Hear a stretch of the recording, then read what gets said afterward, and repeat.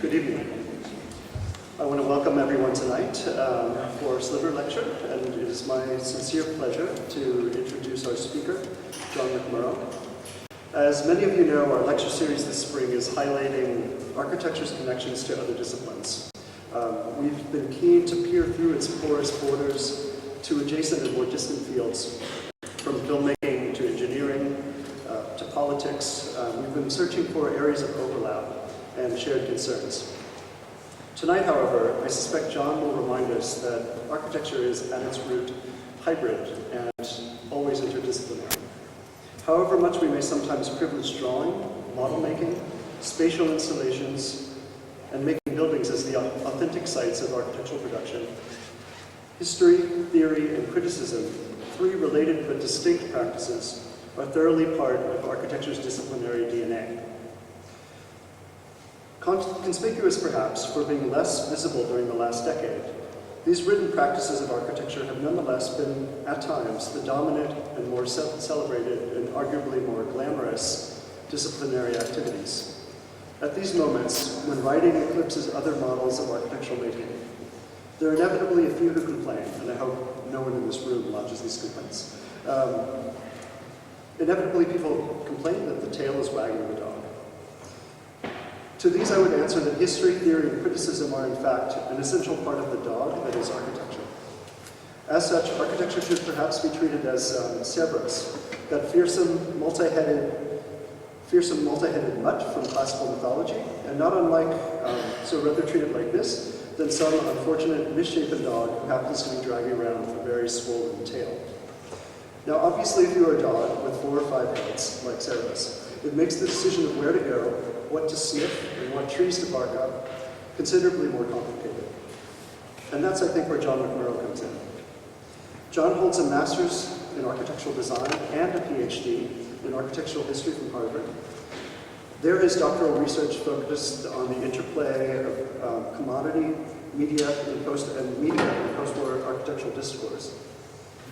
He is also a founder and principal of the firm Studio Apt, and previously held positions at a number of architectural practices, including IoA in Rotterdam. He is both a registered architect and a member of the Society of Architectural Historians. He currently heads the architecture program at the University of Michigan and has previously held key academic posts at Ohio State, Harvard, MIT, and Yale, among others. John is the author of many provocative texts, and significantly, also an organizer of very important symposiums, such as last fall's Wither Installation Symposium and the Matter of Opinion Criticism Conference in 2009 at OSU. During his introduction to Matter of Opinion, John remarked, "I myself trained as an architect, then as a historian, and increasingly find myself identified as a critic. What I really want to do is direct, but here we are." While I'm sure this comment elicited a laugh at that time, more than tonight, it also very accurately summarizes John's disciplinary impact. As a director of schools, an educator in the studio, a social organizer through symposiums, an illuminator through his architectural writings, whether the topic is supergraphics, zombies, or the apocalypse. John is certainly someone with a broad and pointed intelligence, experience, and enthusiasm required to direct the architectural conversation. He is, in fact, perhaps one of the few working in the field today who can bring the beloved hydra-headed mongrel that is architecture to heel and turn all of its heads at once so that we can all notice something new. We are very fortunate to have him here tonight to focus our attention on, as promised, one thing after another. Please help me in welcoming John McMorrough.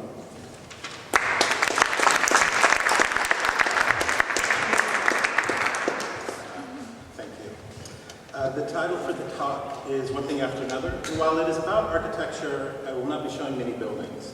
The focus will instead be on the notion of repetition and iteration, and how architecture deals with the issues of multiplicity and organization.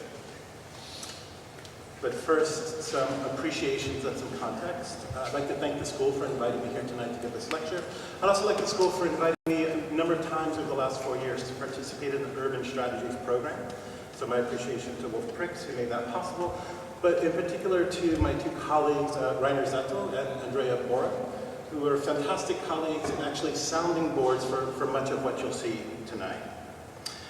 I have here a shot of Rome. The aegis under which I was originally brought to the school was to help instruct in the Urban Strategies program, but as I started that work, I found myself increasingly curious about not only the city, not only architecture, but the very idea of organization itself, and how we can, frankly, posit our authority to design anything at all. So what you see tonight implies the city, speaks more of architecture, but it finds its core at the heart of design itself. The talk itself is divided into 3 parts. The first part looks at how architecture changes and what could be considered consistent amongst the change. The second part looks at some of the more pressing conditions of our current moment. And the final section considers a series of episodes in contemporary architectural work that point to an idea of form that I would say is distinct from the ideal of formalism. So, one thing. The first thing I'd like to talk about is rumination. And so, rumination is a form of thought that happens again and again and again. So it's both one thing, but also multiple things. And the 3 things I'm going to present are actually texts that were written during my time here in Vienna. So I'm going to try not to read the text because they've already been published. I'll try to be slightly more extemporaneous, but I have the text in front of me in case things go south. This first text is called Ruminations, the Haunts of Contemporary Architecture, and was originally published in Perspective on Monsters.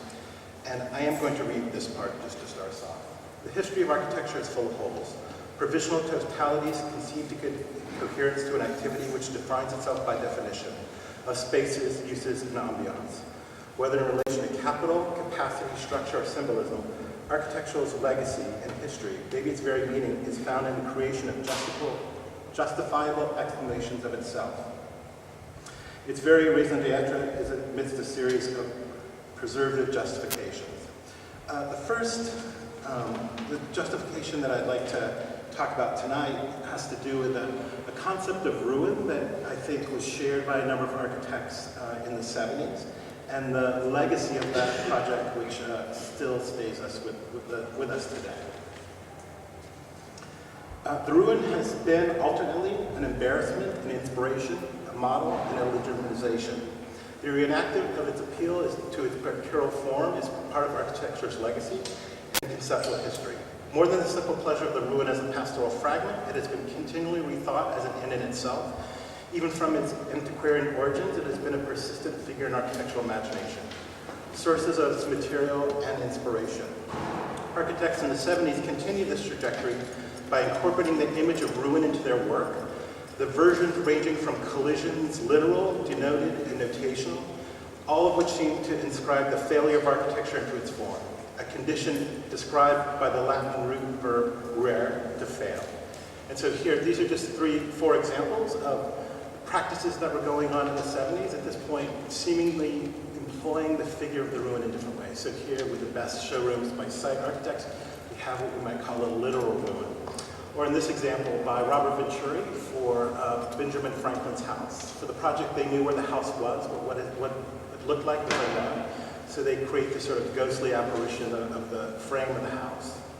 Or in this case, in some of the 70s and 80s works of Frank Gehry, where the collision of forms and the use of the stud wall, both informed and complete, I think also reflect the kind of deconstructed impulse of the ruin. And then finally, in the work of something like Peter Eisenman's houses, where the transformational process itself, its continual indexing of its own process of formation, leaves a figure. In this state, the house itself was abandoned and ruined, but what I mean more is the transformational process itself was a kind of process of ruination. So if a number of architects looked at pseudomorphifically seemed to be employing the ruin at a certain juncture, the question is, why would they have done it at that point? And here we can entertain, do a little housekeeping, various versions of the death of architecture that were employed not only in the field of history and criticism, but as a sort of commonly held societal norm. So there was a number of pronouncements, whether it was in literature or the arts or in journalism itself, that talked about the death of the street, the death of the city, and finally the death of modern architecture itself. And so in these 4 examples, we can see some of the framework that we can imagine that architects were responding to at this juncture. So of course we all know the destruction of Pruitt-Igoe, which I think represents a kind of failure. And when I say failure, I do it within quotes, I'm not saying that these things actually fail, but this was sort of the perception at the time. And here we can see the sort of failure of the modern social project or the failure of social housing. Or in this case, in the Fuller Dome in Toronto, where Buckminster Fuller's dome caught fire because of the nature of the plastic used on its casing, but here we can see it represents a kind of image of the failure of technology. Or in this case, where there was a fire, or probably more correctly characterized as an arson of the A&A building in Yale, which was happening in '68, a time of great student unrest. In this case, the fire was caused by, we think, students who were unsatisfied with the nature of the architecture they were being taught. And so here we can call this a sort of failure of architectural pedagogy. And then finally this example, which is the destruction of, to make clear the way for, not Rockefeller Center, Madison Square Garden, sorry. This is the destruction of Pennsylvania Station, which was a large Beaux-Arts train station. Made way for what stands now the Madison Square Garden Arena. This we could call the kind of failure of architecture to understand history. In fact, this case is quite interesting because this was actually the precipitating cause for one of the first historic preservation movements in the country. They mobilized too late to actually save the structure, but nonetheless, this started a sort of change in the way people conceptualize the city. So with these 4 destructions, these 4 failures, perceived failures, I should say, of modern architecture, I think architects formally were using the ruin as a way to both encode what was happening to them, the accusations, but also I think something else was happening as well. And it was a kind of move. In the ruin, you have something which is both the kind of visual icon of failure, but also an employment that implies systematicity itself. And so here we can see at the cover of McMorrough Tafuri's Architecture in Utopia and his cover piece, which was actually drawn by the architect Aldo Rossi for this book, called Architecture Assassiné, speaks to a condition in theory, or frankly the formation of a version of architectural theory insofar as that it was a move to not only, it was a reaction formation to these various failures, and a way for architecture to understand itself, a reflection on its own autonomous laws and language, as a way to both preserve architecture against these various failures and provide its continuance, which I think is what the ruin is. A ruin is a preservation of a certain set of values in spite of or because of a change of circumstance.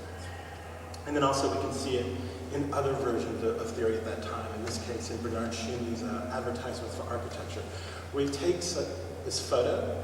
The most architectural thing about this building is the state of decay it's in, which is of course an image of the Villa Savoy taken after the war, well, long after the war when Schumi was still a student, before its reconstruction, as a way that architects in various ways were thinking about the demise of architecture itself as the grounds through which it would start to develop it and continue. In the intervening years, and I would say in this moment, we can understand architecture in its citation of the ruin, in its move to theory, as one that moves to a linguistic model, a model of symbolism and a model of mimesis. In the intervening years, of course, we have other interests that seem to move away from the ruin model. And here I have 2 images, one of geological formation, one of global national brand structure or commerce. In these 2 models that I think are very much influenced by the French philosopher Gilles Deleuze, architect found ways of avoiding or sidestepping seemingly the problems of the linguistic model, the problems of failure and the ruin that's associated with it, to find new ways of operating, new modalities. But what I want to cite, perhaps, is that the convenient saving of architecture by appeal to direct material forces was perhaps written too quickly. And in a way, I think if we think about the figure of the ruin in the 70s, we might think of another figure now for architecture, that of the zombie. The zombie, I think, makes sense in terms of the ruin because it also is something that's failed, it's something that's declined. Like the Deleuzian paradigm, it is something that's not made up of its singularity, but its multiplicity. Of course, we all know that the famous sayings about zombies, that zombies eat brains.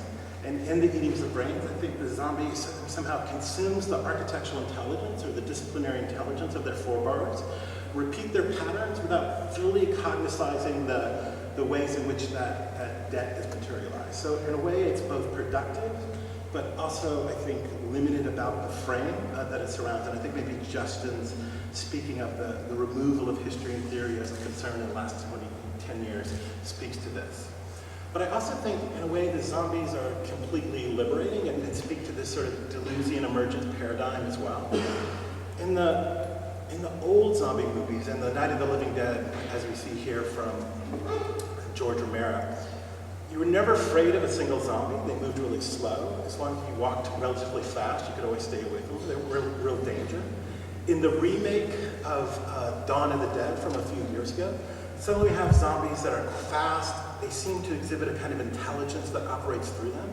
And in a way, I think the architectural work of today, in the way that it both file shares and shares ideas and moves quickly, even though it's not animated by a particular end or a particular disciplinary frame, nonetheless becomes a kind of dangerous force in the field. So in a way, I think working through the questions of multiplicity, the questions of emergence, it finds its own logic even without announcing it as such. And this is just an example that I showed.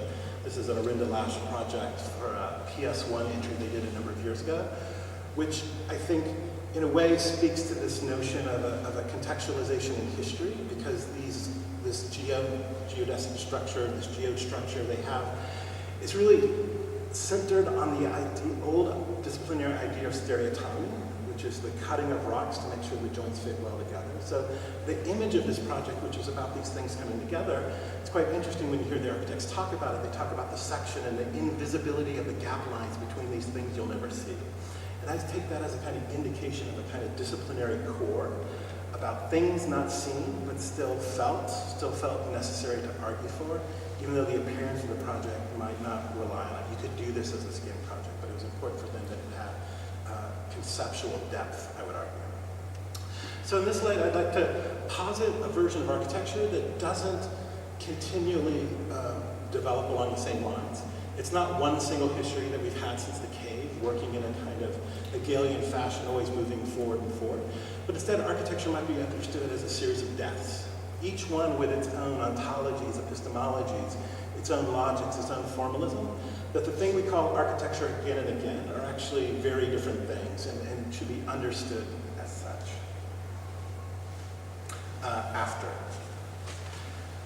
The next part of this talk is about the apocalypse.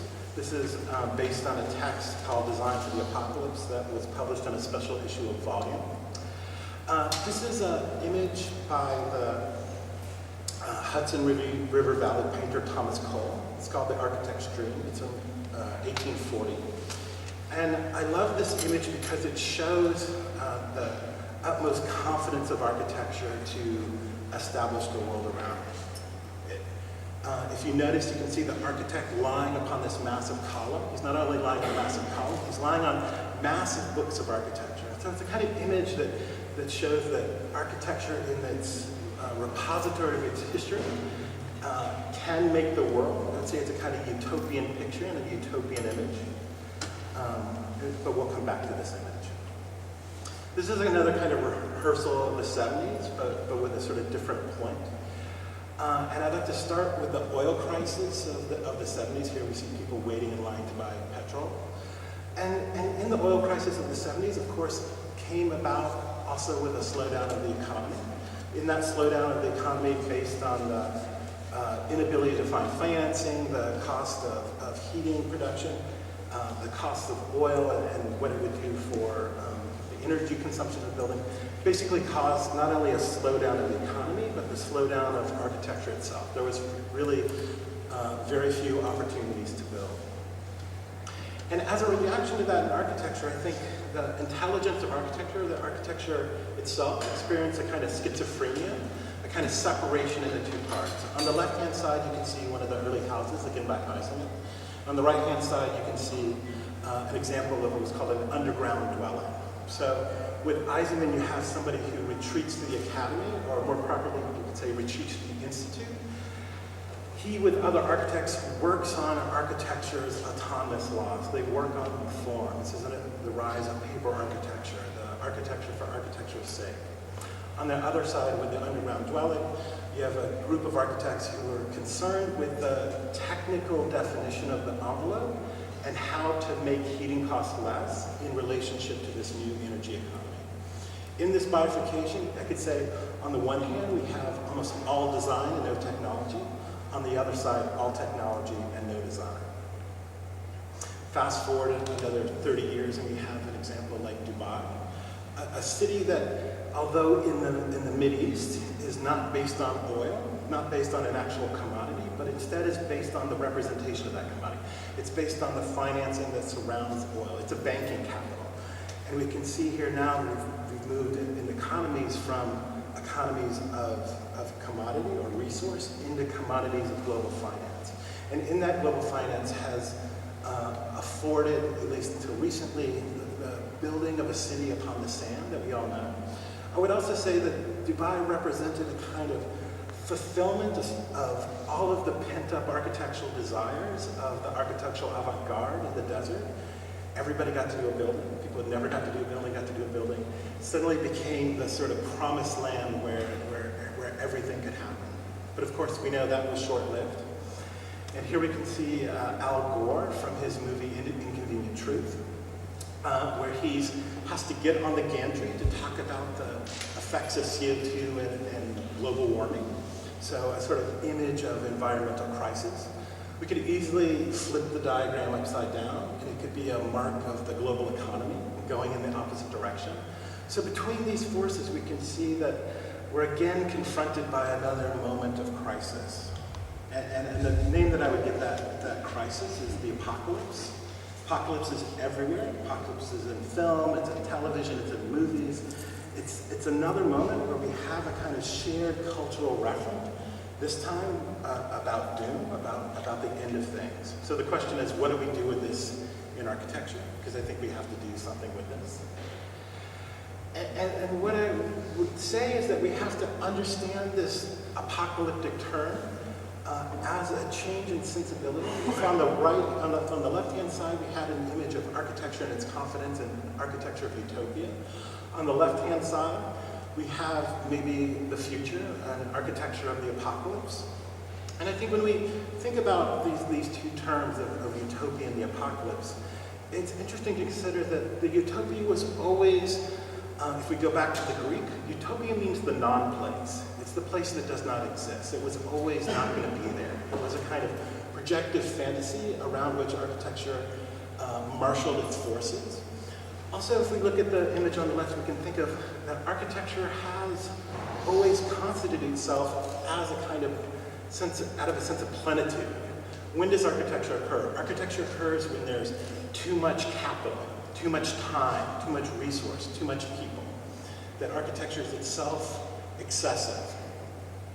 And then the challenge then, if we think about this apocalyptic turn, is that what could or what does architecture do, not in the logic of plenitude, but rather in a logic of scarcity? How could architecture react to too few, not enough? If the utopian is nowhere, I would say the apocalyptic, if the utopian is nowhere and in the future, I would say the apocalyptic as a modality operates everywhere, all at once, in the now. So it becomes unavoidable in its circumstance. But the interesting thing I think about the apocalypse, and I don't mean the world's actually going to end, although the world will end soon enough. But what I mean is that I think in the eternity of the apocalypse, if you look at the literature of the apocalypse, if you look at the etymology of the term even, the term the apocalypse from the Greek means the lifting of the veil. And if you look at the films of the apocalypse, it's not about the end of things, it's always about the start of the next thing. I think it's a nostalgic impulse for a kind of recalibration of the political economic realm into something that's more comprehensible, something that's more graspable. And I think that, as a challenge to architecture, doesn't mean an architecture of poverty, but it means an architecture of reattuned attentions. Another. And in this section, I'd like to talk about repetition.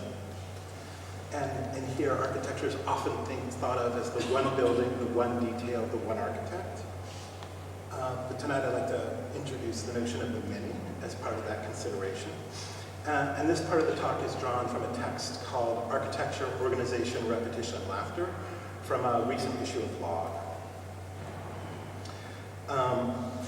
The breadth of problems with which contemporary architecture must contend is vast to the point of being overwhelming. Amidst the changing circumstances of economic and environmental upheavals, the discrepancy between architecture's means and ends, always a point of contention, now seems increasingly out of proportion. However, even in such challenging times, certain concerns press themselves forward, not out of their exigency, but their inevitability. In form and content, these engagements appear incongruous, even absurd in relation to what might be more urgent matters, but they are nonetheless questions that are both perennial and contemporary, reliably revisited at various historical junctures in relationship to contemporary circumstance. One such issue, widely reflected in recent architectural work, is that of arrangement, the apparently straightforward issue of how one thing goes next to each other. As a system of component construction, architecture works in relationship to the elements that make it its totality, its parts to its whole. The question of this relationship is no novelty, is perhaps an unavoidable, even constitutive issue of the discipline. The consideration of arrangement as it relates to a contemporary formal project out of many possible projects allows for a meditation on the very possibility of architectural agency and control today. So here we have, you could say, the bad old repetition seen in Hilbersheimer's plan for central Berlin. And then we're confronted by the new versions of repetition. Within recent memory, a great deal of effort has been placed on the avoidance of repetition in favor of life or its image as a model for design. Urban strategies that have dominated the disciplinary imagination of the post-CM period of the last 50 years have also raised questions about how to invoke the city without resorting to the mechanical models of repetition. Vernacular typological variation, mapped urban deformations, collage cities, historical reconstructions have, each in their own way, attempted to avoid the mechanical in the design of the cities by an appeal to a differentiation precipitated either by space, local context, or time, historical development. In recent years, the privileged form of working on this question has less been the city and increasingly the diminished scale of the detail. In the development of post-postmodern, post-collage sensibility, the emphasis of much advanced architectural production has been on the means of articulating part-to-whole relationships that privilege continuity, both in scale from part to whole, and laterally from part to part or whole to whole. The vanguard of this work has been in the area of digital fabrication, most occupied with ways of incremental deformation of a monomaterial logic that can give rise to emergent fields conditions, usually as a wall or another such architectural primitive. So to frame these issues of arrangement, it requires more conceptual qualification. Even the most rudimentary listing of strategies, which have been heretofore evoked, address things that do or do not go next to other, it would be a vast list nonetheless. It would include symmetry, proportion, juxtaposition, superimposition, field condition, and the list goes on and on. In recent tendencies in arrangement evoke another possibility, the comic, as described by Andre Bergson's Laughter, an essay on the meaning of the comic of 1900. For Bergson, it is life's incommensurate fit with the mechanical that is the source of the comic, and with it, laughter is the manifestation of the comic situation. A useful idea in that it deals exactly with the same issues provoked by arrangement, namely the relationship between order and accident. Architecture is further implied by Bergson's model on two key points that it makes. First, that the comic or the laughter is specifically human. Man is the only animal capable of laughter, but is also the source of the object of laughter. There's no such thing as a comedy of nature, not personified by human efforts. And secondly, it is difficult to laugh alone. It is easier to laugh in a crowd, thus establishing the laughter's or the comic's social meaning. The potential of such an approach is exemplified by a recent Tamil film, Ayn Rand, from 2010, by Shankar Shoguman, which shows a Terminator-like robot operating a swarm a la Agent Smith in the second Matrix movie to generate a catalog of architectural form effects. I'm just going to show that film. It's a brief film, 5 minutes.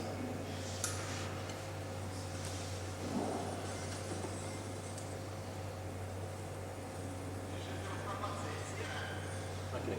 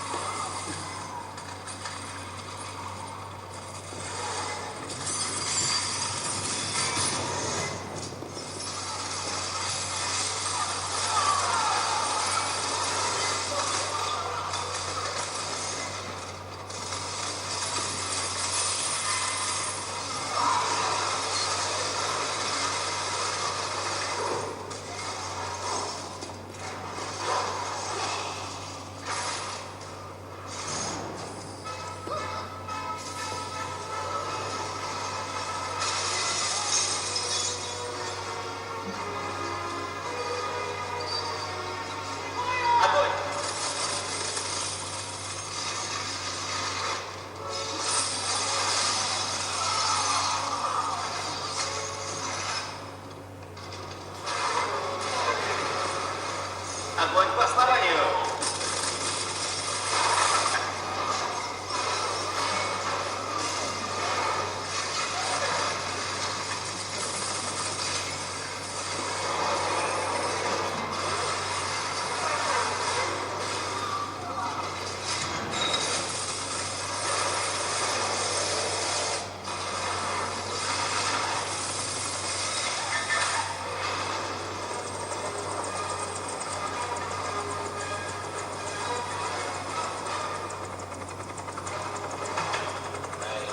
Можно к вам?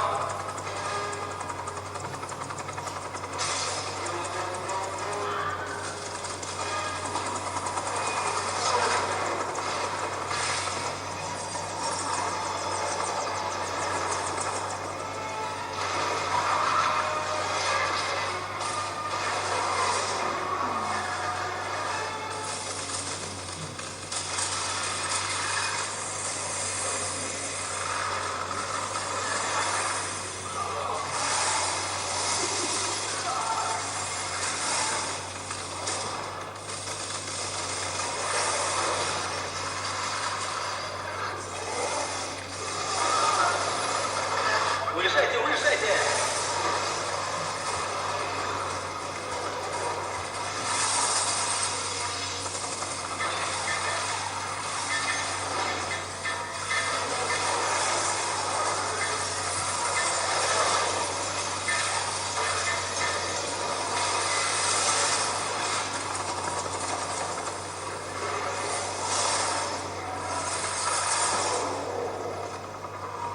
Отправка червя. Эпицентр распространения.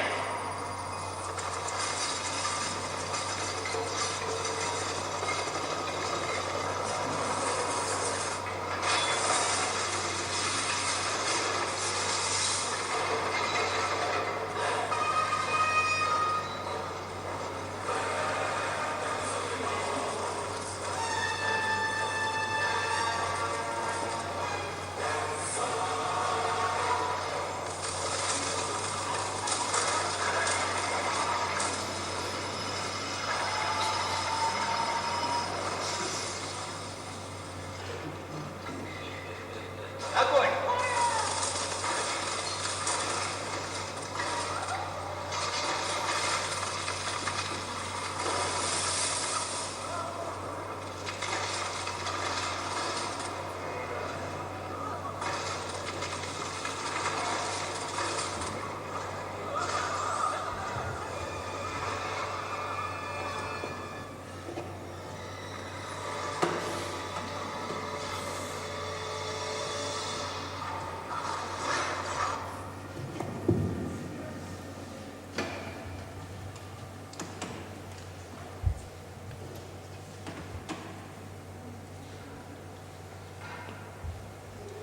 This film aptly summarizes the issues of how major figures, wholes, can be comprised of minor figures, parts, in a manner in which each is imaginable as a thing. Rather than use the variability of the cellular element to create an emergent formal logic, it uses the same over and over again, representing the apotheosis of the emergent cellular deformation model. The film is architectural in the way the robot is able, through its promulgation, to achieve different form effects.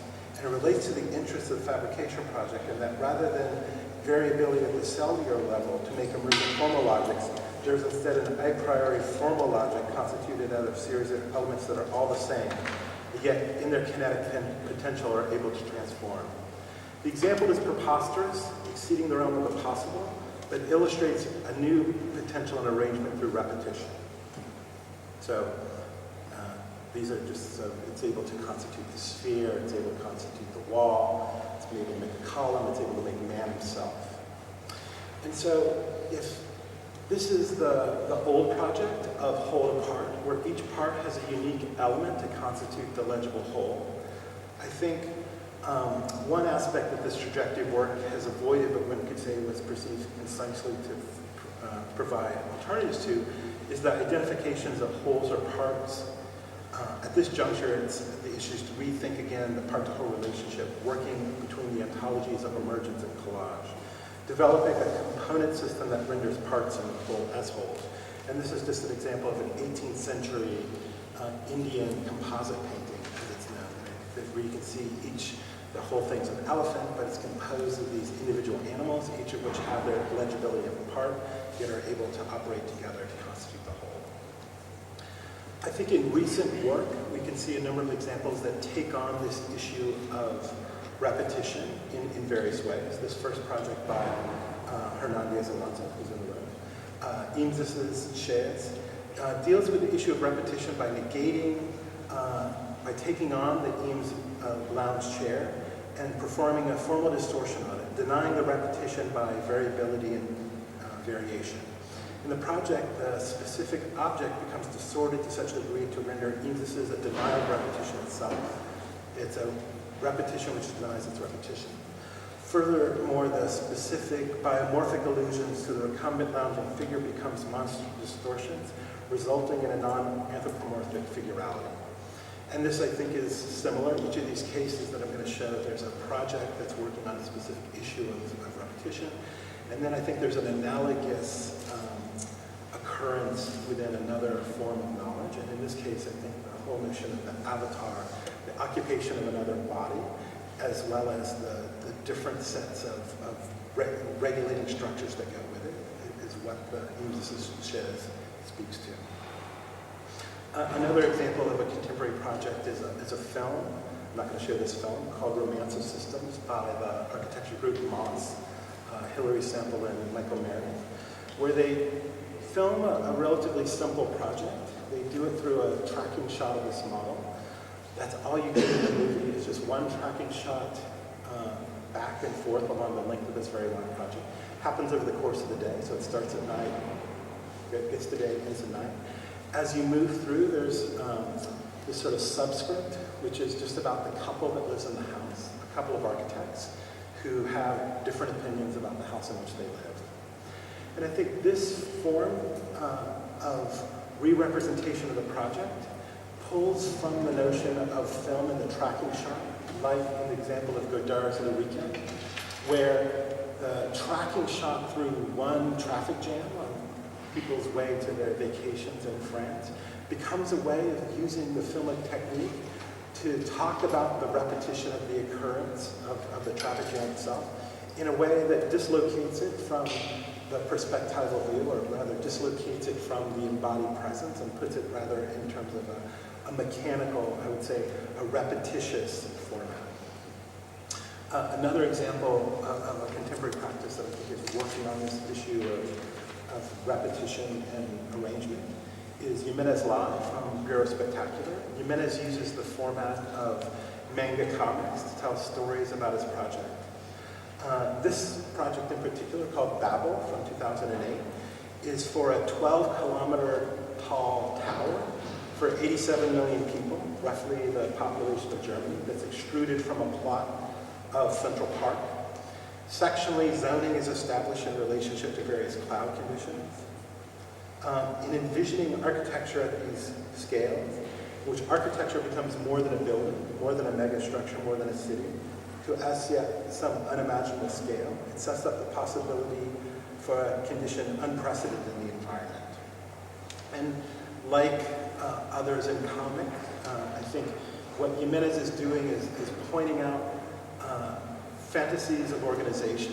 It's similar to the way comics sometimes will retell stories about itself to explore alternatives that might not conform to the established narrative. So I never knew Spider-Man had 6 arms. He never had 6 arms, but they wanted to tell a story about it. And I think Jimenez's work operates using the narrative structure as comic to tell other stories. And finally, this project by Alex Lerner of Sail, a Stadstiegel from the Rotterdam Biennale of 2010, I believe, 2009, works at the issue of urban aggregation in a means specific to its medium, that is the contiguously spherical nature of the globe. The city is mapped on the globe's structure in a spherical format that has neither beginning nor end. And interesting things start to happen in this combination of these 2 forms of description. Of the city plan, which normally operates through 2-dimensional projection, and the globe, which is more often employed in mapping large celestial bodies. The typical heterogeneous geological system of the globe now becomes a uniform cityscape, while the city, usually marked by its definition of center and periphery, becomes an endless system, not by its extension, but by its enfolding. And these are just some other examples of that project, where they're examining these various forms of cityscapes as totalities unto themselves. And I think this has a parallel in something like this image, which is an image of what's called the cube Earth hypothesis. So there's no cubed Earths, there's no cubed planets, but the cubed Earth hypothesis is something that physicists and geologists use as a way to posit what would the gravitational effects be of such a platonic world, the way the different gravities would happen at the different intersections. And here I think in all of these projects, I'm trying to point out that there's a way in which architecture, yes, is concerned with buildings, and yes, is concerned with ideas, and sometimes it's concerned with ideas, makes projects that seem, on the one hand, implausible, and perhaps they are, but they're generative nonetheless on these very basic levels of questions of the discipline, and in this case, I would say arrangement.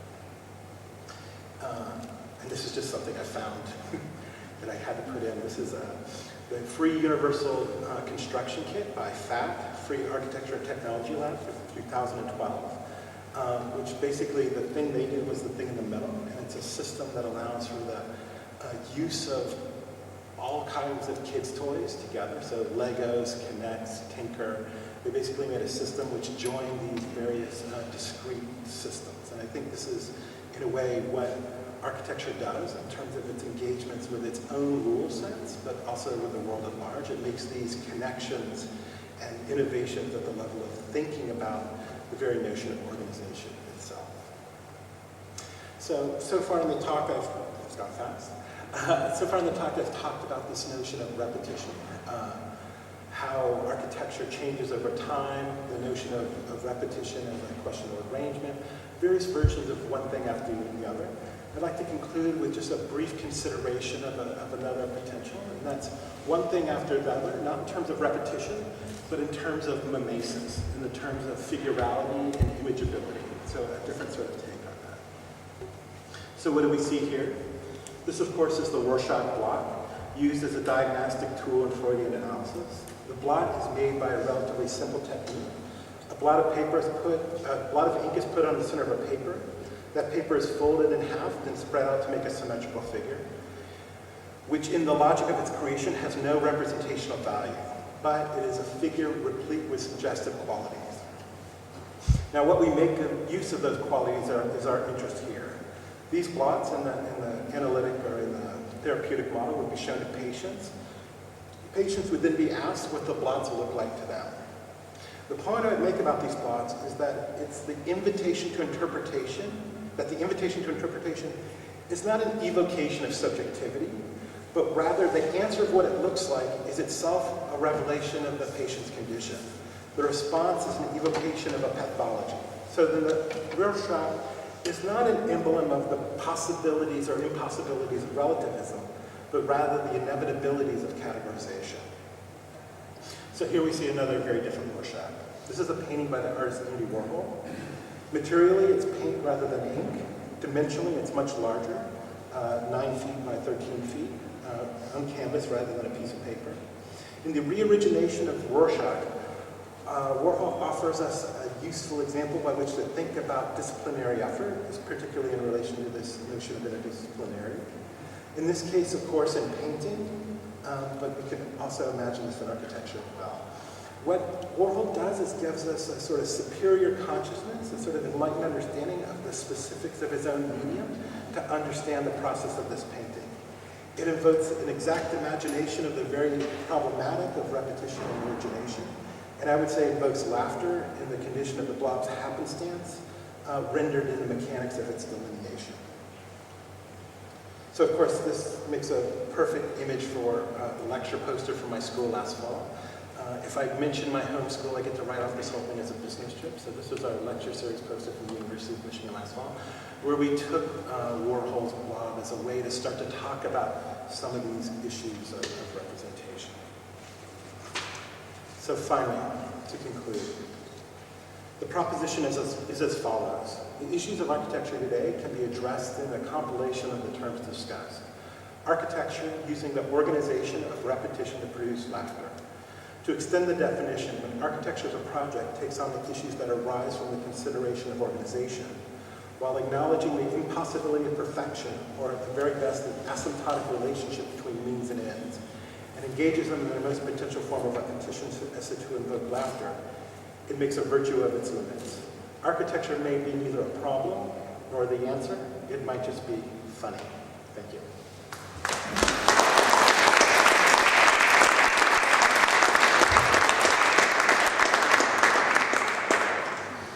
Questions?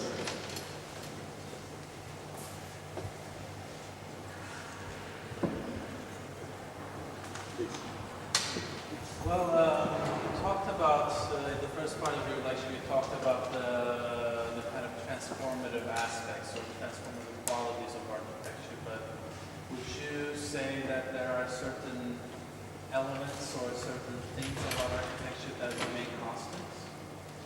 And if so, what would they be? No, I think that's a very fair question. As I said before, the talk is composed of these three components that sort of have their origin in the school in a funny way, because I worked on those as I was here.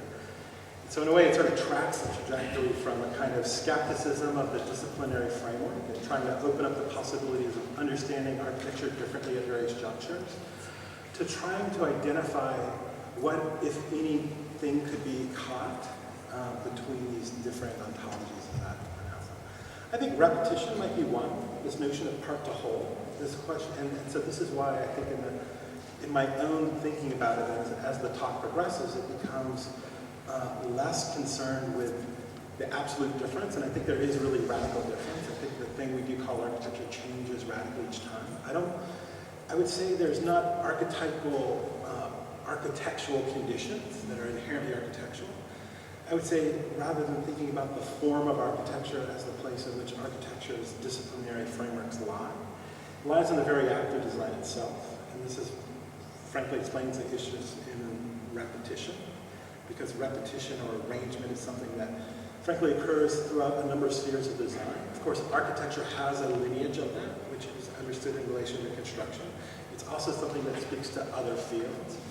And so I guess my conclusion is that I sort of refute my own premise in a way, but I guess it happens at a scale not circling around the archetypal nature of the wall or even enclosure, but more has to do with the arrangement of information or elements or matter by nature of the design of one thing next to the other. And so there's things that continue, but I'm skeptical of how much of the framework continues as architecture transforms. There's that, for a long time, architectural theory was based on the notion of a body. The door is a reflection of our body, we enclose space. I think the effort of the last 30 years has successfully displaced that in a way, not to be post-human about it, but I think it has.